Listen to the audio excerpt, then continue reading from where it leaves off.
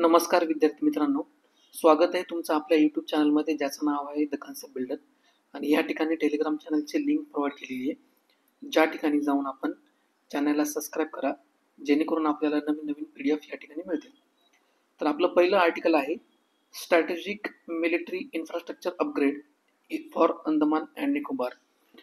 तर ह्या आर्टिकलचा कंटेक्स्ट काय आहे की अंदमान आणि निकोबार आयलंडमध्ये जे भारताचा टेरिटरीचा पार्ट आहेत आणि इंडियाच्या युनियन टेरिटरी आहे, तर ह्या ठिकाणी जे स्ट्रॅटेजिकली इम्पॉर्टंट इन्फ्रास्ट्रक्चर आहे तर त्याचं कन्स्ट्रक्शन करण्यात येत आहे. तर आपल्या एक्झामच्या पर्स्पेक्टिव्हने आपल्यासाठी दोन गोष्टी महत्त्वाच्या आहेत. एक तर अंदमान आणि निकोबार आयलंडचं लोकेशन, आणि दुसरी गोष्ट म्हणजे काय की नेव्हल कम्युनिकेशन नेटवर्क. तर चला तर आपण बघूया की नेव्हल कम्युनिकेशन नेटवर्क म्हणजे काय. तर नावातच आहे की हे एक नेटवर्क आहे, स्टेट ऑफ आर्ट नेटवर्क. आणि हे कशासाठी डिझाईन केलेलं आहे की इंडियन नेव्हीला त्यांचं जे म्हणजे रोबस्ट आणि सिक्युअर इन्फ्रास्ट्रक्चर जे आहे इंडियन नेव्हीचं, तर त्यांना याच्यामध्ये स्ट्रॉंग हँड प्रोव्हाइड करतं. आणि ह्या नेटवर्कमुळे काय होतं की जे डिजिटल इन्फॉर्मेशन जी आहे तर त्याच्यामध्ये त्यांना सुप्रिमेसी अचीव होते. आणि ह्या सुप्रिमेसी अचीव झाल्यामुळं की नेव्ही जी आहे ती रोबस्ट आणि सिक्युअर होते. तर हे जे नेव्हल कम्युनिकेशन नेटवर्क आहे हे क्रिटिकल कंपोनंट आहे कशाचं की इंडियन नेव्हीच्या मॉडर्नायझेशन प्रोग्रामचं, की ज्याच्यामुळे काय होईल की ज्या नेव्हीच्या कम्युनिकेशन कॅपेबिलिटीज आहेत त्या इम्प्रूव्ह होतील आणि फ्युचरमध्ये येणारे चॅलेंजेस आणि थ्रेट्स आहेत इंडियन नेव्हीला स्ट्रॅटेजिक लोकेशनपासून, तर ते काउंटर केले जातील. तर ह्या पर्स्पेक्टिव्हमध्ये काही लोकेशन न्यूजमध्ये, तर पहिली गोष्ट काय की म्यानमारचं कोको आयलंड एक न्यूजमध्ये आहे. तर ह्या ठिकाणी आपण बघू शकता मॅपमध्ये की कोको आयलंड हे आहे. आणि ह्या ठिकाणी खालच्या साईडला म्हणजे साऊथ वेस्ट कोको आयलंडच्या साऊथ वेस्ट पार्टला आपलं अंदमान आणि निकोबार आयलंड आहे. म्हणजे अगदी खूप जवळ आहे अंदमान निकोबार आयलंडपासून हे कोको आयलंड, आणि स्ट्रॅटेजिकली इम्पॉर्टंट आहे. कशामुळे इम्पॉर्टंट आहे कारण ह्या ठिकाणी म्यानमारमध्ये आणि ह्या कोको आयलंडमध्ये चायनाचा प्रेझेन्स वाढतोय. ठीक आहे. दुसरं आपल्यासाठी महत्त्वाचं आहे स्ट्रेट ऑफ मलक्का. तर स्ट्रेट ऑफ मलक्का हे बेसिकली काय आहे की एक नॅरो पॅसेज आहे. आणि हे कोणत्या कंट्रीमध्ये आहे, इंडोनेशियाचा जो पार्ट आहे, मलेशिया आणि इंडोनेशियाचा पार्ट, तर ह्या दोन देशाच्या इन बिटवीन हा एक पॅसेज आहे. आणि ह्या पॅसेजमधनं खूप मोठ्या प्रमाणामध्ये ट्रेड आणि कॉमर्स ज्या शिप्स आहेत तर त्यांचं ते वहन केलं जातं. ठीक आहे. सेकंड आपला आर्टिकल आहे की एक सध्या रिपोर्ट आलेला आहे, त्याचं रिपोर्टचं नाव आहे ग्लोबल हेपॅटायटिस रिपोर्ट 2024. आणि हा कोणी रिलीज केलेला आहे, हा वर्ल्ड हेल्थ ऑर्गनायझेशन हा रिपोर्ट रिलीज केलेला आहे. प्रिलिमच्या पर्स्पेक्टिव्हनं हा पॉईंट आपल्यासाठी महत्त्वाचा आहे की ग्लोबल हेपॅटायटिस रिपोर्ट 2024 हा कोण रिलीज करतं, तर वर्ल्ड हेल्थ ऑर्गनायझेशन हा रिपोर्ट रिलीज करतं. तर हा कशाच्या रिलेटेड आहे आणि त्यांनी काय सांगितलेलं आहे की हा हेपॅटायटिसच्या रिलेटेड आहे. आणि यांनी असं ह्या रिपोर्टमध्ये सांगितलेलं आहे की इंडिया जो आहे हा सेकंड हायेस्ट हेपॅटायटिस केसेससाठी रिस्पॉन्सिबल आहे. आणि टोटल जर ग्लोबल बर्डन जर बघितलं म्हणजे टोटल 100% जर वर्ल्डचं जर हेपॅटायटिसचं जर केसेस काउंट केल्या तर 11% केसेस ह्या भारतामध्ये आढळतात. आणि हे सिग्निफिकंटली खूप मोठ्या प्रमाणात आहे. तर बेसिकली हेपॅटायटिस काय आहे तर हेपॅटायटिस आहे लिव्हर इन्फ्लेशन आहे. आणि याच्यामुळं लिव्हरला डॅमेज होतं आणि फर्दर त्याच्यामुळे लिव्हर कॅन्सर पण होऊ शकतो. तर या ठिकाणी काही फॅक्ट्स दिलेले आहेत की 2.9 करोड पीपलला हेपॅटायटिस बीचं इन्फेक्शन झालेलं आहे. आणि 0.55% करोड जे पीपल आहेत तर त्यांना हेपॅटायटिस सीचं इन्फेक्शन झालेलं आहे. तर आपल्या प्रिलिमच्या पर्स्पेक्टिव्हनं आपल्याला काय बघायचं आहे की इंडियाचा युनिव्हर्सल इम्युनायझेशन प्रोग्राम आहे. आणि दुसरी गोष्ट काय की हेपॅटायटिस बी आणि हेपॅटायटिस सी याच्यामध्ये यांची बेसिक इन्फॉर्मेशन आणि ह्या दोघांमध्ये काय डिफरन्स आहे. तर आपला पहिला पॉईंट आहे युनिव्हर्सल इम्युनायझेशन प्रोग्राम. तर हा इंडियाचा युनिव्हर्सल इम्युनायझेशन प्रोग्राम हा बेसिकली वॅक्सिनेशन प्रोग्राम आहे जो गव्हर्नमेंट ऑफ इंडियाने 1985ला स्टार्ट केला होता. आणि हा एक नॅशनल हेल्थ मिशनचा एक की कंपोनंट आहे ज्याच्यामध्ये अराउंड 2.67 करोड न्यूबॉर्न्स आणि 2.9 करोड प्रेग्नंट वुमनला वॅक्सिनेशन केलं जातं इच इयर. ठीक आहे. तर ह्या प्रोग्राममध्ये काय केलं जातं की फ्री वॅक्सिनेशन प्रोव्हाइड केलं जातं. आणि जे 12 प्रिव्हेंटेबल डिसीज आहेत तर ह्या 12 प्रिव्हेंटेबल डिसीजचं वॅक्सिनेशन केलं जातं. तर त्याचे काही एक्झाम्पल आहेत तर ह्याच्यामध्ये कोणकोणते डिसीज इन्क्लूड होतात? ट्युबरक्युलोसिस असेल, डिप्थेरिया असेल, पर्टुसिस असेल, टिटानस असेल, पॉलिमेलायटिस असेल म्हणजे पोलिओ असेल, मिसल्स असेल, हेपॅटायटिस बी असेल. ठीक आहे. तर अशा प्रकारचे हे 12 डिसीज याच्यामध्ये कव्हर केले जातात. तर याच्यामध्ये हेपॅटायटिस बी सुद्धा कव्हर केला जातो, पण हेपॅटायटिस सी याच्यामध्ये कव्हर केला जात नाही. आता याच्यामध्ये हेपॅटायटिस सी का कव्हर केला जात नाही? तर ज्यावेळेस आपण ह्याचं कंपॅरिझन बघू तर आपल्याला ते लक्षात येईल. ठीक आहे. तर हेपॅटायटिस बी हा कशामुळे होतो? हे दोन्ही पण जे डिसीज आहेत, हेपॅटायटिस बी आणि हेपॅटायटिस सी, तर हे व्हायरल इन्फेक्शन आहेत. तर एक्झामच्या पर्स्पेक्टिव्हने आपल्याला लक्षात ठेवायचं आहे की हे बॅक्टेरियल फंगाय इन्फेक्शन नाही आहेत, तर हे काय आहेत? व्हायरल इन्फेक्शन आहेत. म्हणजे याचा जो एजंट आहे तर हा व्हायरस आहे. ठीक आहे. याचं ट्रान्समिशन कसं होतं? हेपॅटायटिस बीचं ट्रान्समिशन हे blood, semen, vaginal fluid, breast milk आणि अदर बॉडी फ्लुइड जे आहेत, म्हणजे इन्फेक्टेड पर्सनचे जे ब्लड असेल, सिमेन असेल किंवा वजानल फ्लुइड असेल, तर याच्या थ्रू याचं हेपॅटायटिस बीचं ट्रान्समिशन होतं. हेपॅटायटिस सीचं ट्रान्समिशन कसं होतं? की same blood to blood contact जर आला म्हणजे फॉर एक्झाम्पल सेम निडल एखाद्या इन्फेक्टेड पर्सनची निडल जर दुसऱ्या नॉन इन्फेक्टेड पर्सनला जर वापरण्यात आली तर ह्यामुळे याचं ट्रान्समिशन होऊ शकतं. आणि अनस्क्रीन ब्लड म्हणजे ज्यावेळेस ब्लड डोनेशन करताना जर हेपॅटायटिस सीची टेस्ट केली नाही त्या डोनेटेड ब्लडला आणि तो जर डोनेटेड ब्लड जर हे हेपॅटायटिस सी कॉन्टॅमिनेटेड असेल तर त्यामुळे सुद्धा हेपॅटायटिस सीचं इन्फेक्शन होतं. तर वॅक्सिन हा पुढचा पॉईंट आहे. तर हेपॅटायटिस बी साठी वॅक्सिन अवेलेबल आहे आणि हेपॅटायटिस सी साठी वॅक्सिन अवेलेबल नाही. त्यामुळेच इंडियाचा जो युनिव्हर्सल इम्युनायझेशन प्रोग्राम आहे यामध्ये हेपॅटायटिस बी इन्क्लूड होतो आणि हेपॅटायटिस सी हा एक्सक्लुडेड आहे. ट्रीटमेंट काय हेपॅटायटिस बीची? तर ॲक्यूट इन्फेक्शन जर असेल त्याच्यामध्ये दोन प्रकारचे इन्फेक्शन असतात, ॲक्यूट आणि क्रोनिक इन्फेक्शन. ॲक्यूट इन्फेक्शनमध्ये काय होतं की सपोर्टिव्ह केअर दिली जाते. ॲक्यूट म्हणजे कसं असतं की मॉडरेट इन्फेक्शन असतं आणि क्रोनिक म्हणजे काय असतं? सिव्हिअर म्हणजे जास्त प्रमाणामध्ये किंवा पुढच्या स्टेजचं इन्फेक्शन ज्याला आपण म्हणतो त्याला क्रोनिक इन्फेक्शन असं म्हणतात. आणि ॲक्यूट म्हणजे काय? प्रायमरी स्टेज आणि ते मॉडरेट असतं. तर ॲक्यूट इन्फेक्शनसाठी सपोर्टिव्ह केअर प्रोव्हाइड केले जाते आणि क्रोनिक इन्फेक्शनसाठी अँटीव्हायरल जे ड्रग्स आहेत तर ते ट्रीटमेंट त्याची दिली जाते. हेपॅटायटिस सीची ट्रीटमेंट जर बघितलं तर कॉम्बिनेशन ऑफ अँटीव्हायरल ड्रग्स आहेत आणि याच्यामध्ये मोस्ट ऑफ द केसेसमध्ये जी ट्रीटमेंट आहे ती 8 ते 12 वीकमध्ये याचं क्युअर केलं जातं. याचं क्रोनिक रिस्क जर बघितलं तर हे 5 to 10% हे अडल्टला कॉज करतं आणि याचा मॅक्झिमम जर क्रोनिक रिस्क जी आहे तर ते 90% इन्फंटला आहे. ठीक आहे. त्याचं मेन सिम्पटम्स काय आहेत हेपॅटायटिस बीचे? जॉन्डिस असेल, फटीग असेल, ॲब्डोमिनल पेन असेल, नॉशिया असेल आणि व्हॉमिटिंग असेल. तर हे याचे मेन सिम्पटम्स आहेत. आणि हेपॅटायटिस सीचे सिम्पटम्स काय आहेत की बेसिकली हे काय ऑफन असिम्प्टोमॅटिक असतं, म्हणजे याच्यामध्ये सिम्पटम दिसत नाहीत, पण जर दिसलेच तर मग ते कोणते सिम्पटम असतात? तर ते जॉन्डिस असेल, फटीग असेल, नॉशिया असेल किंवा जॉईंट पेन असेल.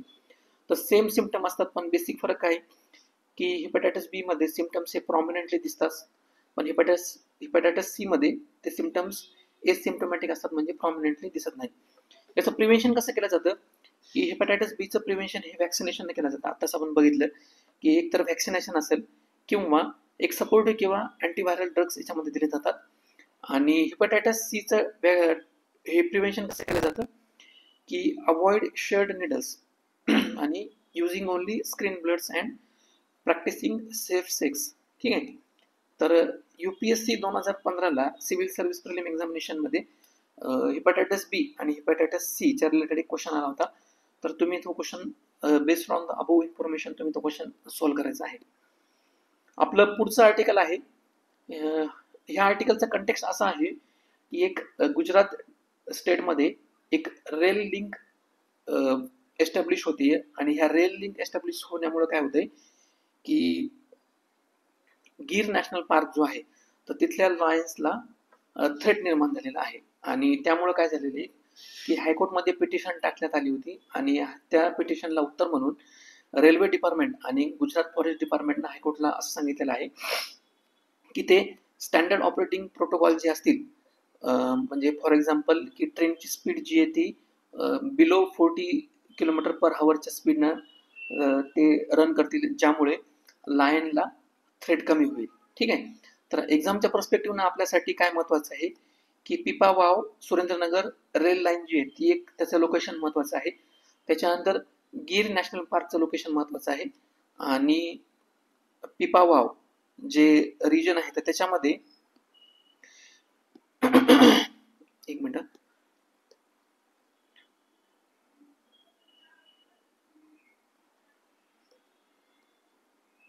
एक वाईल्ड लाईफ सँच्युरी महत्वाची होती, त्याचं नाव पिपावाव वाईल्ड लाईफ सँच्युरीज आहे. ठीक आहे. तर एक्झामच्या पर्स्पेक्टिव्ह आपण काय बघूया, तर ही जी रेल लिंक आहे तर ही रेल लिंक बघा कशी आहे. तर बेसिकली पिपावाव हे महाराष्ट्राच्या जवळ म्हणजे सदर्न गुजरातमध्ये आहे आणि सुरेंद्रनगर जे आहे हे जो गुजरातचा गीर नॅशनल पार्कचा जो एरिया आहे तर ह्या ठिकाणी याचं लोकेशन आहे. तर ही एक कनेक्टिंग लिंक असणार आहे सुरेंद्रनगर पासून पिपावाव पर्यंत. ठीक आहे. तर आपल्याला एशियाटिक लायन बद्दल माहिती बघायची आहे.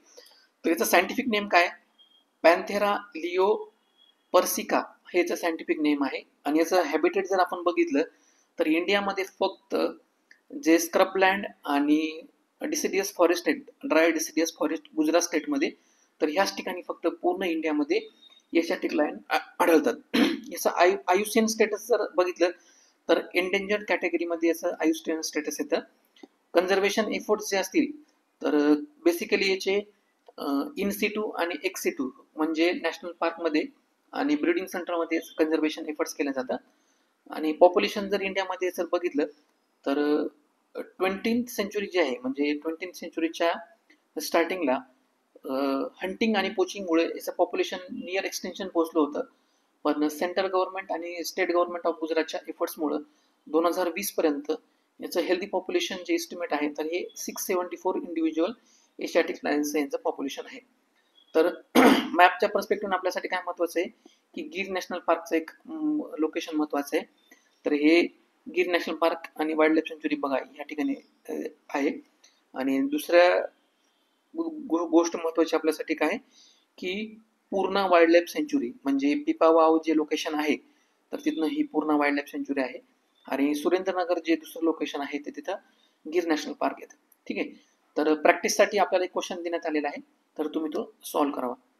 नेक्स्ट आपला आर्टिकल आहे की फूड इन्फ्लेशन बद्दल. तर रिसेंटली काय झालं होतं की रिझर्व्ह बँक ऑफ इंडियाची जी मॉनिटरी पॉलिसी कमिटी आहे तर यांची एक मीटिंग झाली होती आणि ह्या मीटिंगमधनं त्यांना असं आउटकम मिळालं की जे ऑनगोईंग डिसइन्फ्लेशनचं जे चॅलेंज आहे तर हे कशामुळे मीट होत नाहीये, इन्फ्लेशनचे चॅलेंज आहे ते कशामुळे मीट होत नाहीये, तर फूड प्राइजेसच्या प्रेशरमुळं किंवा फूड प्राइजेस कंटिन्युअसली फ्लक्च्युएट होत असल्यामुळं तर हे ऑनगोईंग जे इन्फ्लेशन टार्गेटचं जे चॅलेंज आहे ते मीट होत नाही. तर रिझर्व्ह बँक ऑफ इंडियाला मॉनिटरी पॉलिसी कमिटीच्या अंतर्गत इन्फ्लेशन टार्गेट जे तर हे 4% अचीव्ह करायचं असतं. ठीक आहे. 4% ±2 म्हणजे याची रेंज आहे 2 to 6 असं आणि याचं जे टार्गेट आहे 4% असणार आहे. तर बेसिकली इन्फ्लेशन काय तर जनरली इन्फ्लेशन काय rate at which price level increases म्हणजे एखाद्या गोष्टीच्या म्हणजे गुड्स किंवा सर्व्हिसेस असतील तर त्याची प्राइस लेवल इन्क्रीज होते आणि यामुळे काय होतं हे प्राइस लेवल इन्क्रीज झाल्यामुळं पर्चेसिंग पॉवर जी आहे ती करन्सीची तर ती काय होते कमी होते. तर यालाच इन्फ्लेशन असं म्हणतात. ठीक आहे. तर आपल्यासाठी काही डिफरंट टाइप्स ऑफ इन्फ्लेशन इथं प्रोव्हाइड केले तर आपण ते एक्झाम्पल थ्रू समजून घेऊयात. पहिलं इन्फ्लेशनचा प्रकार आहे डिमांड पुल इन्फ्लेशन. आता डिमांड पुल इन्फ्लेशनमध्ये जनरली कसं होतं की जे गुड्स आणि सर्व्हिसेस आहेत तर त्यांची डिमांड काय होते की वाढते कशापेक्षा सप्लायपेक्षा. म्हणजे सप्लाय कमी असतो आणि गुड्स आणि सर्व्हिसची डिमांड जी आहे ती वाढते आणि ह्यामुळे काय होतं माहिती आहे का की डिमांड पुल इन्फ्लेशन तयार होतं. आणि हे जनरली कशामुळे होतं की during experience of economic boom. आता इकॉनॉमिक बूम झाल्यामुळे काय होतं की एखाद्या गोष्टीची म्हणजे एखाद्या गुड्सची किंवा सर्व्हिसची जी डिमांड आहे ऑटोमॅटिकली वाढते. आणि ही कशामुळे वाढते इकॉनॉमिक बूम झाल्यामुळे काय होतं लोकांच्या हातात मोठ्या प्रमाणामध्ये पैसा येतो आणि सगळ्यांकडे हा पैसा आल्यामुळे काय होतं की प्रोडक्शन त्या टाइमला वाढलेलं नसतं.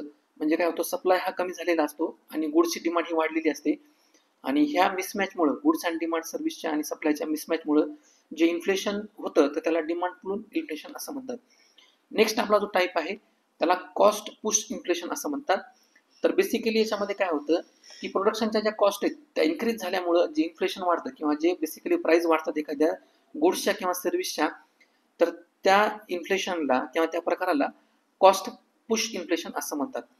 तर फॉर एक्झाम्पल आपण जर बघितलं ऑइल प्राइजेस जर समजा राईज झाल्या, तर ऑइल प्राइजेस राईज झाल्यामुळे काय होतं, आता हा बेसिक कंपोनंट आहे कशाचा, ऑइल प्राइजेस आणि पेट्रोलियम हे जे, तर ट्रान्सपोर्टेशनचा हा एक बेसिक कंपोनंट आहे.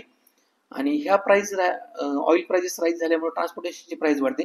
ऑटोमॅटिकली ट्रान्सपोर्टेशनची प्राइस वाढल्यामुळे काय होतं की जे कॉस्ट आहे कंपनीला, प्रोडक्शनचं कॉस्ट ते वाढतं. आणि हे प्रोडक्शनचं कॉस्ट वाढल्यामुळे काय होतं की ते प्रॉफिट मार्जिन मेंटेन करण्यासाठी कंपनी काय करतात, ज्या गुड्स अँड सर्व्हिसेसच्या प्राइजेस आहेत ते वाढवतात आणि त्याच वाढलेल्या प्राइसला कॉस्ट पुश इन्फ्लेशन असं म्हणतात. तर आपला तिसरा जो प्रकार आहे बिल्ट इन इन्फ्लेशन आहे.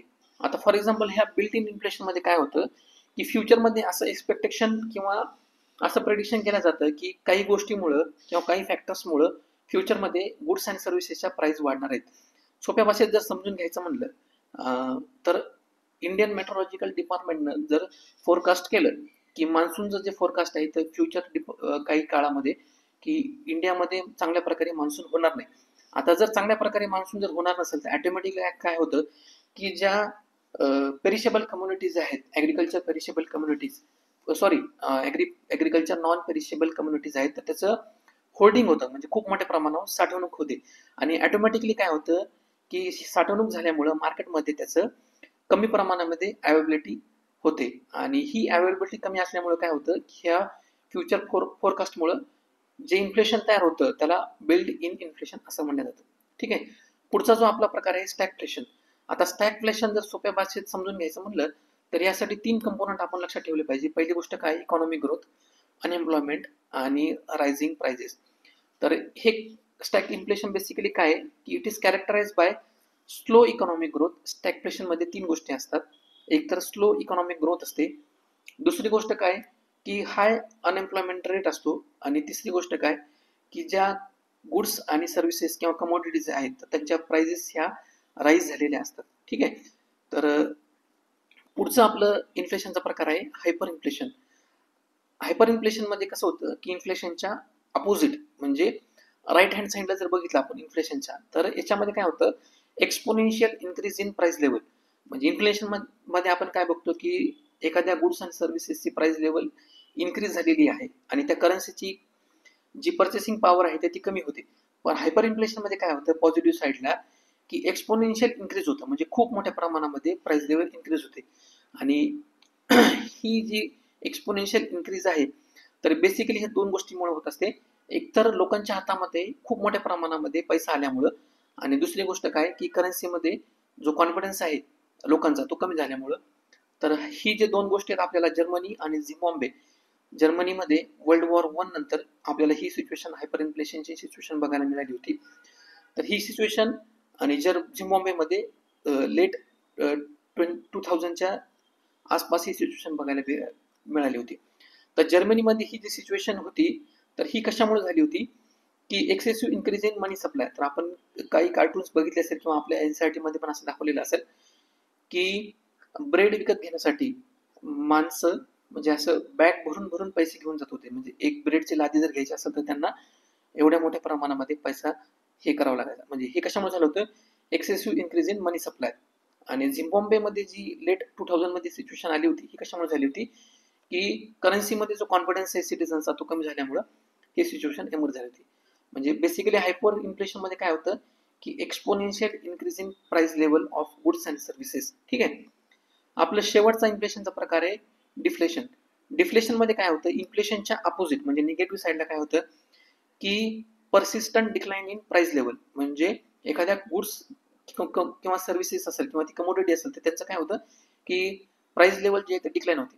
आणि हे कशामुळे होतं माहिती आहे का की एकतर मनी सप्लाय कमी झाल्यामुळं किंवा डिमांड कमी झाल्यामुळं हे होतं. आणि ही जी सिच्युएशन आहे ही जपानमध्ये 1990s मध्ये आणि अर्ली 2000 मध्ये ही झाली होती. आणि यामुळे काय झालं होतं, हे म्हणजे हे एमर्ज होण्याचं रिझन काय होतं जपानमध्ये की कंझ्युमर ज्या स्पेंडिंग आहेत तर ह्या कमी झाल्या होत्या आणि इकॉनॉमिक स्टॅग्नेशन आलं होतं. त्याच्यामुळे ऑटोमॅटिकली कंझ्युमर स्पेंडिंग किंवा इकॉनॉमिक स्टॅग्नेशन आल्यामुळे काय होतं की लोकांकडे जी हॅबिट आहे स्पेंड करण्याची किंवा खर्च करण्याची हॅबिट आहे ऑटोमॅटिकली त्याला लिमिट लागते.